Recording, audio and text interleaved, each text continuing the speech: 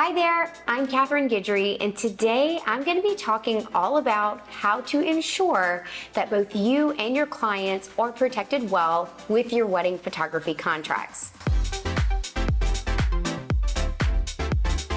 Before we dive into the content, if you're interested in learning about how to price your wedding photography, please be sure to visit the link in the description so that you can download my free pricing guide.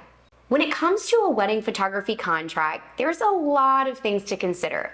This is a high dollar investment that your clients are making, and this is a very big commitment on your part as the wedding photographer to ensure that you guys are all in agreement on what's expected and what's to be delivered upon completion of the contract. I know, being a wedding photographer, that it's a little bit nerve-wracking. I don't know about you, but there have been times that I wake up in a nightmare about forgetting gear or showing up to the wrong location, all of which can actually happen. There have been many things that I've experienced in my career and many stories that I've heard from other photographers as well about things that they've experienced. So the contract is there to protect us. The first thing I would suggest is that your contract be lawyer approved. If it's a contract that you've written yourself or a contract that maybe even you've purchased, I would take it upon yourself to go ahead and connect with a lawyer and have them approve your contract. If you're going to be purchasing a contract, for example, we do sell our contracts in our educational shop. Those contracts are lawyer approved, and those are things that we've had reviewed by other lawyers, and you want to look for that in something that you're going to purchase. But even still, I would take it upon yourself to review it on your own in addition. The second thing that I would advise is that in your contract, there should be some sort of clause that allows you to essentially opt out of the contract or exit the contract if something doesn't go right. That's a clause that we do have included in our contract, and one that I feel protects us in the case that maybe something wasn't really going well in that client process. We want to ensure that every client we work with is in alignment with us. We do our due diligence on the front end through the interview process, through a questionnaire, a phone call, all of those things, but sometimes things just don't work out in the process of working together, and you want to make sure that there's a clause in there to protect you and the client if in the case that that does happen. Another clause that we have is essentially an artistic clause. It lets the client know that we're artists. We're always trying to further our abilities, further experiment with gear, mediums, editing, so on and so forth as the photographer. And so as that artist, we do let them know contractually that there are decisions that we're going to be making as the artist, and that the client, by signing the contract, is giving us the ability and the permission to do that. This is one that we feel really strongly about. We've experienced over the years with different cameras, gear, editing, all of the things to ensure that we're constantly evolving as an artistic company, photographers, and so we want clients who do work with us to give us that permission and space.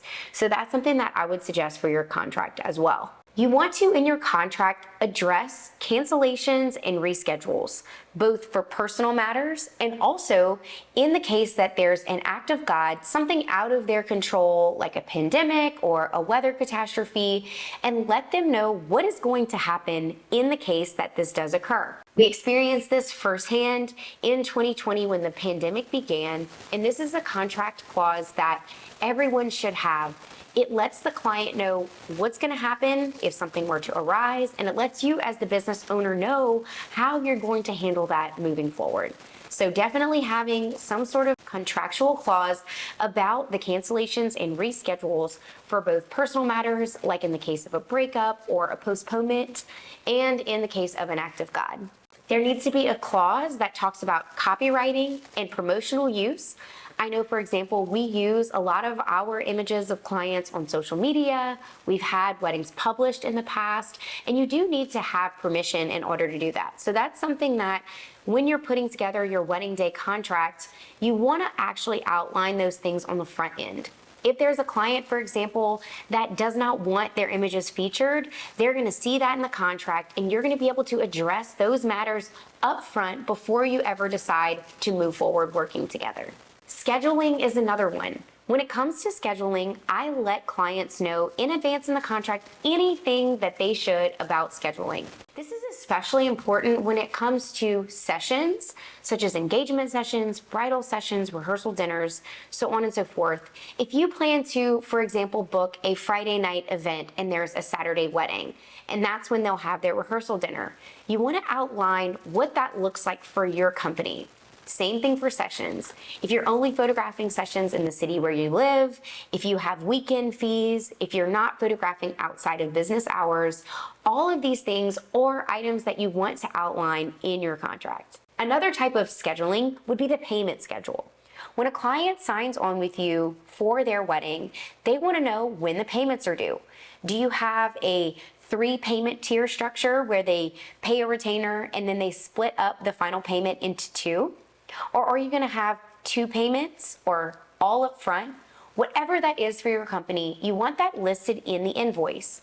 We use a client management system called Dubsado. I also do have a coupon code. It's an affiliate code, but that's Catherine G. If you're looking for a client management system, that'll give you 20% off on sign up. Dubsado does have the ability to have our contracts stored in there. So when I'm sending a new contract for signing, that comes from Dubsado and the client can sign digitally, as can I. We also can store our emails, our canned emails that we customize for every single client inside of Dubsado as well. So Dubsado is huge for us. And when it comes to scheduling our payments, we put that into the invoicing software, Dubsado. And then when it generates the contract, that's listed inside of the contract for the customer to see, which is super convenient for everyone involved. It's very clear. There should never be a question. And what's really cool is if a client does overlook a payment or accidentally miss a payment, Dubsado can already have those payment reminders scheduled and they can send out automated invoice reminders on your behalf, which is really, really neat. Liability is a huge part of the contract. So that's the biggest thing you want to address. What happens if? What happens if these different situations arise, these unforeseen things that you don't even want to speak about when you think of weddings because they are not something that can be reproduced or recreated? In your contract, you do want to outline things like if cards or images are damaged, lost, stolen, whatever the situation may be, what that looks like and how that will be handled on the business, how the business will be handling that for the client. So liability definitely needs to be outlined. And then of course, the signature area. You want to have a signature area for both yourself and for the client. First name, last name, date. And we do this all digitally through Dubsado. So it records their IP address, my IP address, and we're able to sign from wherever we are because a lot of our clients are destination clients. I hope this was very helpful. If you don't yet have a solid wedding photography contract, please feel free to visit Cat G Education. We do sell our contracts in the shop. So if you feel like your contract isn't ironclad and you want to use ours as a template to use for your business and customize for the policies that you feel best with, check it out. If you have any questions, feel free to drop those in the comments. Thank you so much for listening, whether it be on the podcast or YouTube. Don't forget to subscribe, and I so appreciate you tuning in for more value-based photography content. I will see you in the next video. Bye.